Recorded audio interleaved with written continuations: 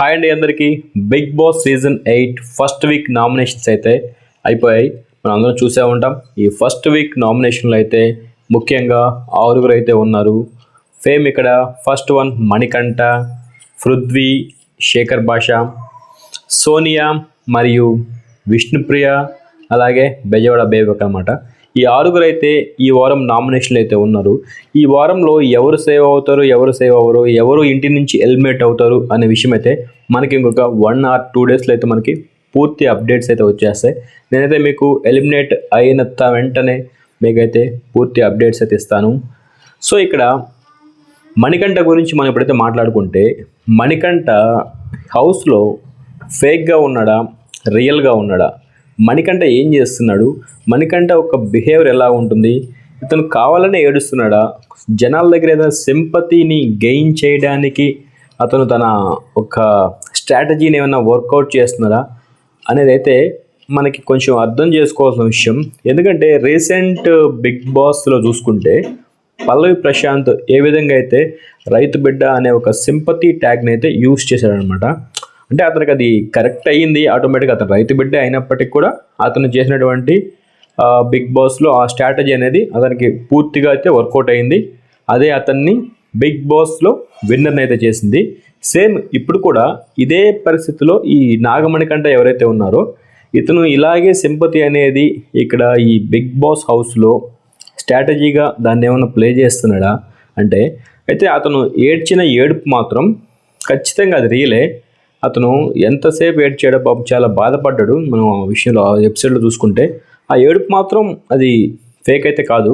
అంటే నేను అబ్జర్వేషన్ చేశాను అనమాట. లైవ్లో మనం ఏదైతే చూసినప్పుడు నాకు అర్థమైన విషయం ఏంటంటే ఆ ఏడుపు ఏదైతే ఉందో అది మాత్రం ఫేక్ కాదు. కానీ అతను బిగ్ బాస్ హౌస్లో ఏడవలసిన అవసరం లేదు. ఎందుకు ఇక్కడ ఏడవటం? దానివల్ల ఉపయోగం ఏముంటుంది? నీకు ఎన్ని బాధలున్నా, ఎన్ని కష్టాలున్నా, ఎన్ని ప్రాబ్లమ్స్ ఉన్నా, ఏ సమస్యలు ఉన్నా కూడా ఇక్కడ నువ్వు వాటిని చెప్పాల్సిన అవసరం లేదు. అవి చెప్పి ఇక్కడ నువ్వు జనాల దగ్గర సింపతి గెయిన్ చేసి గెలవడానికైతే నువ్వు బిగ్ బాస్ హౌస్కి రాలేదు.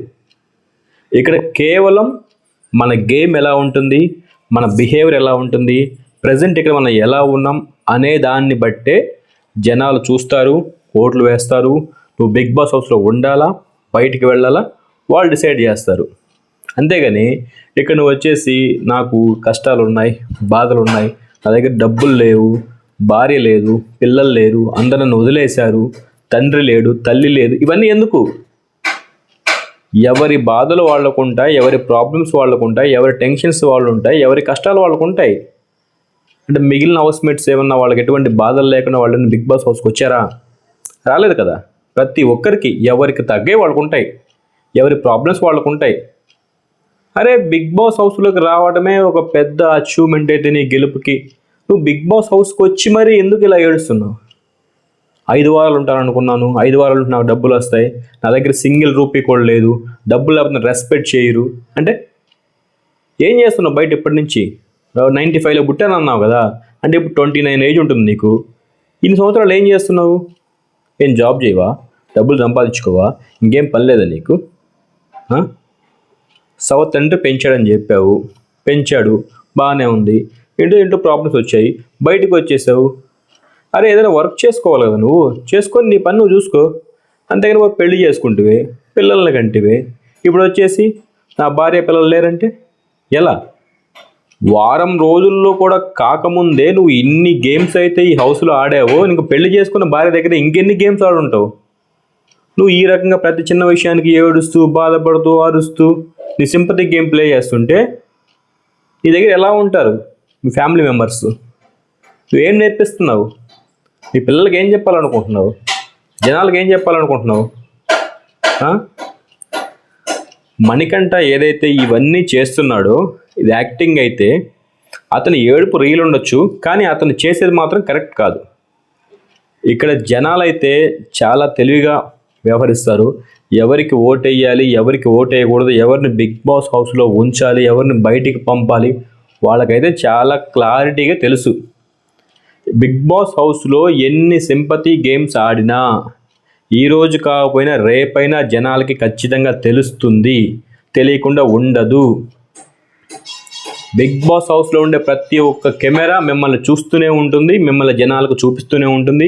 మీ బిహేవియర్ అనుక్షణం ఎలా ఉంది అనేది కూడా జనాలు చూపిస్తూ ఉంటుంది. నామినేషన్ చేసినంత మాత్రాన నువ్వు ఏడవలసిన అవసరం లేదు. అరే పోరాడాలి, నామినేషన్ చేస్తారు, ఒకరికి ఒక పాయింట్ ఉందంటే ఖచ్చితంగా అదే పాయింట్ తీసుకొచ్చి పెడతారు నీ ముందు. వాళ్ళకి నువ్వు పాయింట్ ఇవ్వకూడదు. బిగ్ బాస్ హౌస్లోకి వచ్చిన వెంటనే ఏదో మన అనిల్ రావిపూడి గారు ఏదో ఒక చిన్న ఫ్రాంక్ వీడియో చేసినట్టుగా మిమ్మల్ని ఎలిమినేట్ చేస్తే మిమ్మల్ని అంతా నేను గుర్తుపెట్టుకుంటాను అంటే ఎవరిని గుర్తుపెట్టుకుంటావు? ఎందుకు గుర్తుపెట్టుకుంటావు? అవసరమే ఉంది? గేమ్ కదా ఇది. ఆ ప్లేస్లో నువ్వు లేకుండా ఇంకొకరు ఉన్నా కూడా నువ్వు ఓట్ చేయాలి కదా, సేమ్ నువ్వైనా కూడా. అప్పుడు వాళ్ళకి నిన్ను గుర్తుపెట్టుకుంటానంటే ఇది గేమ్ ప్రాసెస్ కదా. కాబట్టి మణికంఠ ఏదైతే ఒక స్ట్రాటజీ అవలంబిస్తున్నాడో అదైతే కరెక్ట్ కాదు. అతనికి బాధలు ఉండొచ్చు, ప్రాబ్లమ్స్ ఉండొచ్చు, ఏవైనా ఉండొచ్చు. అతను ఇంతవరకు రావడం అనేదే తన విన్నర్కి అచీవ్మెంట్ అనమాట. అంటే తన లైఫ్కి ఒక సక్సెస్ఫుల్ అని చూసారా. ఆ సక్సెస్ఫుల్ ఆల్మోస్ట్ బిగ్ బాస్ హౌస్కి రావడంతో నువ్వు సక్సెస్ఫుల్ పీపుల్వి. అరే ఎంతమంది బిగ్ బాస్ హౌస్కి రావడం కోసం వెయిట్ చేస్తున్నారు పక్కన, వాళ్ళందరికీ రాని ఆపర్చునిటీ నీకు వచ్చింది. నీకు వచ్చినప్పుడు దాన్ని ఎలా ఉపయోగించుకోవాలి? నన్ను మొదటి వారం పంపిస్తున్నారంటే ఎస్, బిగ్ బాస్ హౌస్లో మొదటి రోజు నుంచే గేమ్ అనేది స్టార్ట్ అవుతుంది. నీకోసం ఆగరు, నీకోసం వెయిట్ చేయరు. వచ్చిన మొదటి వారం ఫ్రీగా ఉండండి, ప్రశాంతంగా ఉండండి, ఆడుకోండి, ఎంజాయ్ చేయండి, తినండి, పడుకోండి, నెక్స్ట్ వీక్ నుంచి గేమ్ ఆడండి అని బిగ్ బాస్ హౌస్లో చెప్పరు. ఇక్కడ ప్రతి ఒక్కరికి కూడా పాయింట్స్ కావాలి. మనం చేసే పనులను బట్టే వాళ్ళకి పాయింట్స్ వెళ్తాయి. మన ప్రతి ఒక్క పాయింట్ని వాళ్ళు అబ్జర్వేషన్ చేస్తుంటారు. నువ్వేదైతే చెప్పావో, నువ్వు సోనియా గారితో నేను మీ వెనక తిరుగుతుంది పాయింట్స్ కోసం, ప్రేరణతో మీ జర్నీ చేస్తుంది ఫ్రెండ్షిప్ కోసం కాదు, పాయింట్స్ కోసం నేను వెతికాను మీ దగ్గర అంటే, వాళ్ళతో నువ్వు జర్నీ చేసింది కేవలం ఈ నామినేషన్ పాయింట్స్ వెతకడం కోసం. మరి నువ్వు అంత కరెక్ట్గా ఉన్నావు కదా, మరి వాళ్ళు అలాగే ఉంటారు కదా. అది తప్పు కదా, అలా చెప్పకూడదు కదా. అరే నువ్వు జర్నీ చేస్తుంటే ఏదన్నా వాళ్ళ దగ్గర ఏదైనా తప్పు పాయింట్స్ ఉంటే వాటిని నువ్వు తీసుకొచ్చి నామినేషన్ పాయింట్లు చెప్పు, తప్పులేదు. అంతేగా నువ్వు ప్రత్యేకంగా నువ్వు పాయింట్స్ కోసమే వాళ్ళతో తిరుగుతున్నాను, వాళ్ళతో స్నేహం చేస్తున్నాను, దానికోసం మీతో ఉన్నాను అంటే నీలాగా కాదా వాళ్ళు?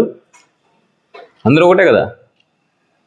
కాబట్టి మణికంఠ నువ్వేదైతే పాటిస్తున్నావో బిగ్ బాస్ హౌస్లో ఇదైతే కరెక్ట్ కాదని జనాలు అయితే చూస్తూ ఉంటారు. కాబట్టి నెక్స్ట్ టైం, ఈ వారం ఎలాగో నామినేషన్ అయిపోయింది, ఈ వారం నువ్వు ఉండొచ్చు ఉండకపోవచ్చు, ఒకవేళ ఉంటే కనుక హౌస్లో నెక్స్ట్ టైం అయితే ఇలాంటి సింపతి గేమ్స్ ప్లాన్స్ వెయ్యకుండా గేమ్ వరకు మాత్రమే గేమ్ ఆడి ముందుకెళ్తే నీ లైఫ్ అనేది నీకు నచ్చినట్టుగా నీ విధంగా నీ చేతుల్లో ఉంటుంది. అంతేగాని ఎవరో వచ్చి నీ లైఫ్ని డిసైడ్ చేయరు. ఎవరో వచ్చి నీకు ఓట్ చేస్తే నువ్వు హౌస్లో ఉంటావు వెళ్ళిపోతావు అని ఏముండదు. ఎవరో వచ్చి నీకు విన్నర్ ట్రోఫీ నీకు అందివ్వరు. అది నువ్వు గెలుచుకోవాలి. నువ్వు ఆడి నువ్వు గెలుచుకొని నువ్వు నిలబడాలి. అరే ఎన్ని బాధలు పడితే ఇక్కడి నుంచి ఒక కెప్టెన్సీ టాస్క్లో విన్ అయ్యి కెప్టెన్ అవ్వగలరు ఈ బిగ్ బాస్ హౌస్లో? చూడలేదు ఎప్పుడు? ప్రతి ఒక్కరి సపోర్ట్ కావాలి. ఆ టైంలో అన్ని గేమ్స్ అన్ని టాస్క్ నువ్వు గెలవాలి. ఇన్ని గెలిస్తేనే ఒక కెప్టెన్సీ అయినా ఒక చీఫ్ అయినా అవ్వడానికి ఉంటుంది. ఇలా ప్రతిరోజు ఒక యుద్ధం చేసుకుంటూ వెళ్తేనే వారం వారం వారం వారం ముందుకెళ్తాం. ఈ వారం ఏడ్చావు, ఈ వారం సింపతి చూపించావు, ఈ వారం నాకు ప్రాబ్లమ్స్ అన్నావు, సరే అని చెప్పి జనాలు గమ్ముకుంటారు. నెక్స్ట్ వారం ఏం చెప్తావు? ఆ నెక్స్ట్ వారం ఏం చెప్తావు? ఎప్పుడైనా ఏం చెప్తావు? కాబట్టి ఈ వారంతో నీ ప్రాబ్లమ్స్ అన్నీ అందరికీ తెలియపరిచావు. కాబట్టి నీకు ఇక్కడి నుంచి జరగబోయే నామినేషన్లో నువ్వు ఇలాంటి పాయింట్స్ చెప్పడానికి నీకు అవకాశం లేదు. మళ్ళీ కూడా ఇలాంటి పాయింట్సే నువ్వు కనుక చెప్పావంటే ఖచ్చితంగా జనాలైతే ఈసారి నిన్నైతే ఎలిమినేట్ చేయడం పక్కాగా జరుగుతుంది. కాబట్టి ఇక్కడ మణికంఠ అవలంబించిన ఆ స్ట్రాటజీ అనేది కరెక్ట్ కాదు, కరెక్ట్గా లేదు. సరే మొదటి వారం కాబట్టి అతనికి ఎన్నో ప్రాబ్లమ్స్ అయితే ఉండొచ్చు, తెలుసో తెలియకో చెప్పడం జరిగింది, ఇలా ఇలా ఇలా ఇలా ఉన్నాయని చెప్పేసి. సరే ఎవరికైనా బాధ ఉంటుంది కాబట్టి ఇట్స్ ఓకే, నో ప్రాబ్లం. ఒకవేళ బై మిస్టేక్ ఒకవేళ ఈ వారం కనుక సేవ్ అయ్యి హౌస్లో ఉంటే కనుక మణికంఠ అయితే ఖచ్చితంగా నెక్స్ట్ నుంచి తన గేమ్ అనేది ఆడి ప్రూవ్ చేసి గెలవాల్సి ఉంటుంది. ఇలా చేసినప్పుడు మాత్రమే మణికంఠ అయితే ఈ హౌస్లో కొనసాగే అవకాశం ఉంటుంది, లేదంటే మాత్రం ఖచ్చితంగా చెప్పలేము. అలాగే ఈ వారం నామినేషన్లు అయితే మణికంఠ ఉన్నాడు. మిగిలిన 5 సభ్యులు ప్లస్ మణికంఠ, ఈ 6 ఎవరైతే ఎలిమినేట్ అవుతారనేది చాలా ఆసక్తికరంగా మారిన విషయం. ఈ సీజన్ మొదటి వారంలోనే ఎంతో ఇంట్రెస్ట్గా అయితే మనకి సాగింది. ఇంతకు ముందు ఎన్నడూ ఏ సీజన్లో లేని ఒక ఉత్కంఠ అయితే మనకి ఈ సీజన్లో మనకు కనిపించింది. ఈ మొదట్లోనే ఇక్కడ ఎవరైతే వీక్గా ఉన్నారో అనిపిస్తుందో, నాకైతే బెజవాడ బేబక్ అయితే కొంచెం వీక్గా ఉన్నట్టు అనిపిస్తూ ఉంటుంది. ఆమె ఎలిమినేట్ అవుతుందా ఉంటుందా అనే విషయం అయితే ఖచ్చితంగా క్లారిటీగా తెలియదు. విష్ణుప్రియ అయితే సేవ్ అయిపోయే ఆప్షన్ అయితే ఉంటుంది. సోనియా గారు ఖచ్చితంగా సేవ్ అవుతారు, అందులో ఎటువంటి డౌట్ లేదు. ఇక్కడ డౌట్ వచ్చేసి మనకి జెంట్స్కి వచ్చేసి మణికంఠ డేంజర్ జోన్లోనే ఉన్నాడు. అలాగే పృథ్వీ ఇప్పటిదాకా తన గేమ్ని అయితే అసలు అవలంబించలేదు, పాటించలేదు. పృథ్వీ కూడా కొంచెం డేంజర్ జోన్లో ఉంటే ఉండొచ్చు, కానీ అతనికి ఏదైనా సపోర్ట్ బయట ఏమైనా ఎక్కువ ఉండే అవకాశం కూడా లేకుండా పోలేదు. శేఖర్ భాష కూడా ఈ వారం సేవ్ అయ్యే ఆప్షన్ కొంచెం ఉంది, అలాగే డేంజర్లో ఉండే ఆప్షన్ కూడా కొంచెం ఉందన్నమాట. ఈ వారం అయితే మణికంఠ, బేబక్క మరియు శేఖర్ భాష, కొంచెం పృథ్వీ కూడా, వీళ్ళ నలుగురు అయితే ఎక్కువ డేంజర్లోనే ఉన్నారని చెప్పొచ్చు. సేఫ్ జోన్లో మాత్రం Vishnupriya safe zone, Sonia safe zone, మిగిలిన వాళ్ళైతే కొంచెం డేంజర్ జోన్లో ఉన్నారు. సో ఈ వారం ఎవరు ఎలిమినేట్ అయినా కూడా నెక్స్ట్ నుంచి మాత్రం ఖచ్చితంగా గేమ్ అనేది ఇంప్రూవ్ చేసుకున్నప్పుడు మాత్రమే బిగ్ బాస్ హౌస్లో కొనసాగడానికి అవకాశం అయితే ఉంటుంది.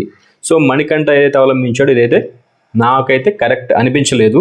సో జనాలు మీకు ఏదన్నా మీ పాయింట్ ఆఫ్ వ్యూలో కరెక్ట్ అనిపించి, రాంగ్ అనిపించిన, ఏదైనా రాంగ్ పాయింట్స్ ఉన్నా కూడా ఖచ్చితంగా మీరైతే కామెంట్స్ రూపంలో తెలియజేయండి. So thank you for watching this video friends.